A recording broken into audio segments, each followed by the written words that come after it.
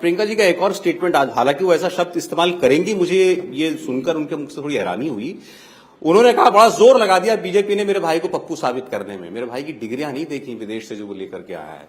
लेकिन फिर जब राहुल गांधी ने यात्रा निकाली और फिर बीजेपी ने देखा यात्रा में तो लाखों लोग जुड़ गए और फिर वो लोग जो है साथ देते भी चले गए, तब इनको ये समझ में आया कि ये तो पप्पू नहीं है, इसलिए डर गए।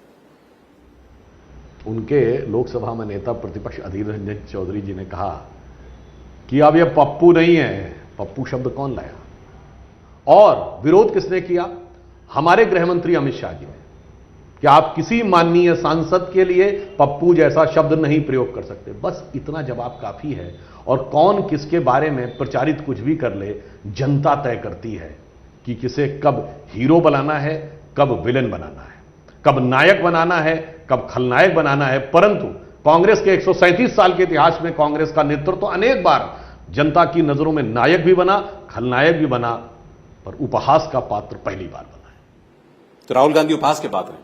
एक नहीं, अनेक बार उन्होंने ऐसा किया था, तो मैं उसमें डिटेल में नहीं जाना चाहता। चलिए छोड़िए, अब आप देखिए कि सबका अंजाम क्या हुआ। राहुल गांधी का नाम ममता बनर्जी नहीं लेती थी, अरविंद केजरीवाल नहीं लेते थे, केसीआर नहीं लेते थे, अखिलेश यादव नहीं लेते थे। आज सब उनके समर्थन में बात कर रहे हैं। हर व्यक्ति उनके समर्थन में बात कर रहा है। हर व्यक्ति कह रहा है कि भारत में लोकतंत्र के लिए काला दिवस है, ब्लैक डे इन डेमोक्रेसी शब्द इस्तेमाल किया गया है। मनोज झा आरजेडी के नेता ने कहा लोकतंत्र की हत्या हो चुकी है, लोकतंत्र मर चुका है, डेमोक्रेसी इज डेड। सब एक, आपने सबको एक कर दिया, पूरा विपक्ष एक।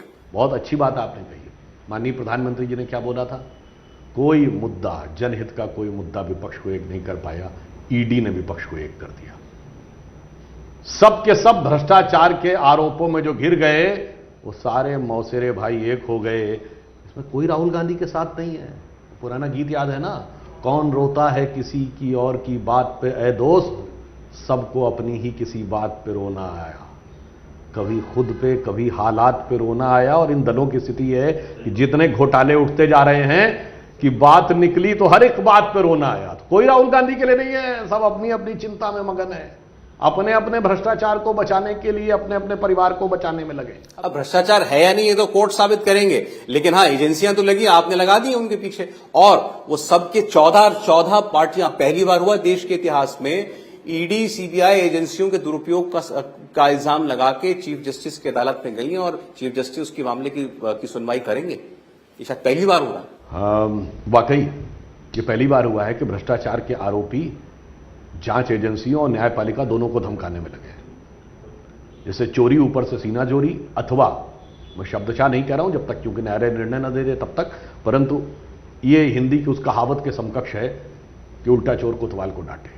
अब मैं टेक्निकल पूछना चाहता हूं, इन 14 में से एक पार्टी बताइए इसमें 25-30 साल में कोई आरोप ना लगाओ और ये कभी न कभी एजेंसी के चक्कर में ना पड़े हो। हमारी सरकार तो 2014 में आई। ये बताइए कांग्रेस पार्टी पे पहले नहीं, 2G, CWG ये सब तो इनके जमाने में हुआ। कोयले घोटाले में ही तो केस डिपेरिस सीबीआई को कहा था मनमोहन सिंह जी के जमाने में।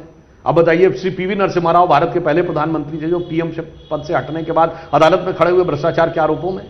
स्वर्गीय राजीव गांधी जी वो फोर्स में आ गए थे लपेटे में। नागरावाला कांड में इंदिरा जी के ऊपर शक की सुई घूम गई थी, हमारे जमाने में हुआ था। लालू प्रसाद यादव जी 1997 में जेल चले गए थे जब कांग्रेस के समर्थन से जनता दल की सरकार थी। मुलायम सिंह जी, मायावती जी पे, डीएमके पे कितने आरोप 10 साल से लग रहे हैं। मतलब 25-30 साल से एजेंसियों की जांच और जेल में आने जाने और अदालत की कचहरी के चक्कर काटने का सिलसिला चल रहा है, मगर पर्ची फाड़ रहे हैं 2014 के बाद मोदी जी के नाम।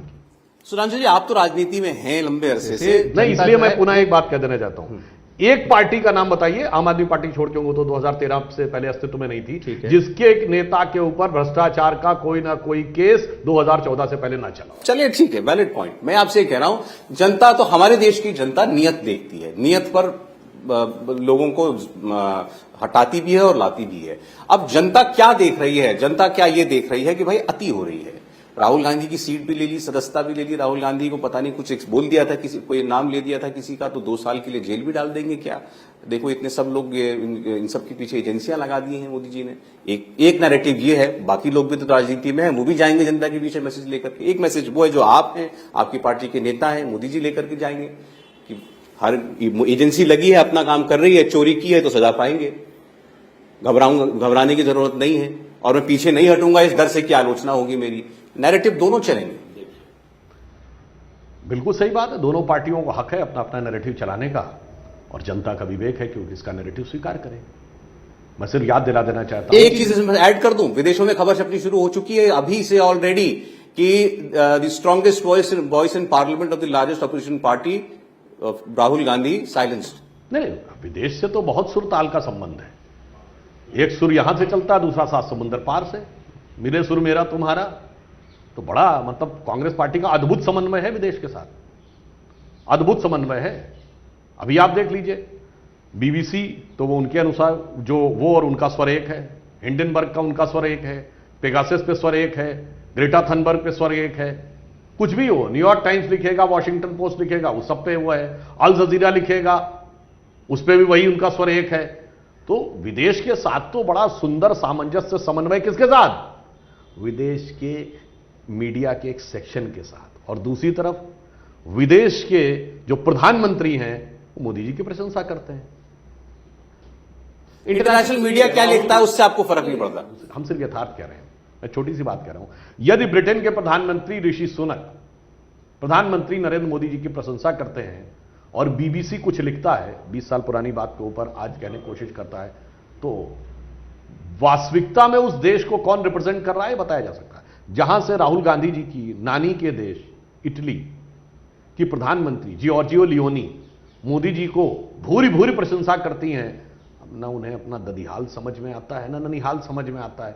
अब उनके दिमाग का यदि ये हाल हो गया है तो इसके लिए हम क्या कर सकते हैं? हां, उन्हें क्या समझ में आता है वो जगह। अच्छा चलिए, मैं एक छोटी सी बात कहना चाहता हूं। जिन मीडिया ने यह सब लिखा है, न्यूयॉर्क टाइम्स की कोई 25-30 सालों में भारत की पॉजिटिव खबर बताइएगा। चलिए, हमारी सरकारें रही 25 साल में, हमारी सरकारें रही हैं 13-14 साल, कोई एक पॉजिटिव खबर बताइएगा, खूब अनुसंधान करिएगा और फिर बताइएगा। बीबीसी ने, इंटरनेशनल मीडिया है ना, अभी डिफेंस एक्सपो हुआ, उसी समय जिस समय उन्होंने स्टोरी की, 34 देशों के रक्षा मंत्री आए बेंगलोर में, 34 देशों के। यह इवेंट इंडिया में फर्स्ट नहीं था, वर्ल्ड में फर्स्ट था। आउटसाइड यूरोप कभी ऐसा नहीं हुआ कि 34 कंट्रीज के डिफेंस मिनिस्टर एक जगह हो। क्या रिपोर्टिंग की, कितनी रिपोर्टिंग की?